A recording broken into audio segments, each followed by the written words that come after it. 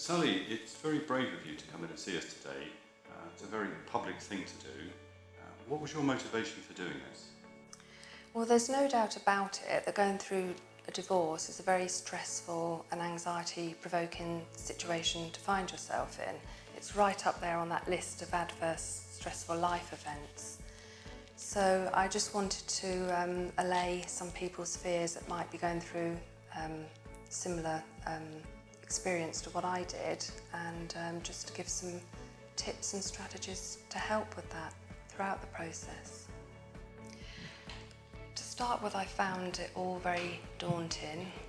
Mediation didn't work out for us, so I needed to instruct a solicitor to act on my behalf. I knew that it would end up in court, and I was very daunted by that. I needed a solicitor to represent me because my ex-husband was in the profession, and therefore I felt that there was an imbalance of power. So I needed a solicitor to act on my behalf to level the playing field. You don't want to get into a situation years later when you look back and regret not making that right choice of finding a good solicitor. And in my situation, I needed a solicitor with a wealth of experience and professionalism to act on my behalf. Raw emotions can heal over, but the impact of making poor financial choices can last a lifetime. I feel I was grieving to start off with.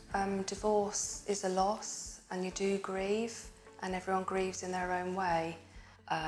Looking back now with hindsight, I needn't have been so daunted.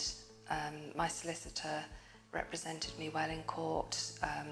We were able to work collaboratively together, and I feel that with my solicitor getting all the salient points across to the judge, that it helped to draw a line under the whole thing for me. Now I feel I've come out the other end, and I feel more empowered than I ever did before. You've got to tell yourself that you mustn't be too hard on yourself, that you're not a failure, that some marriages just run their course.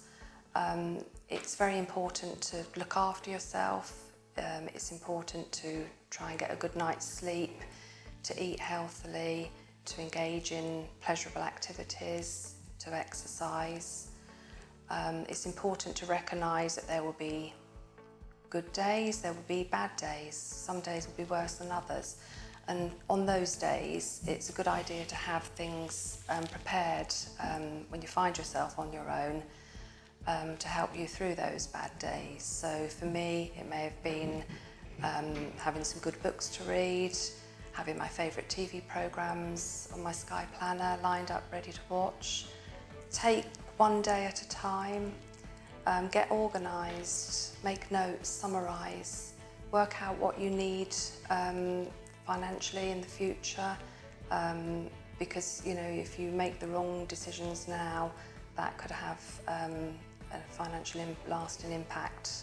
Just take one day at a time, tell yourself that you're going to be okay, and you're stronger than you think, and you will get through this.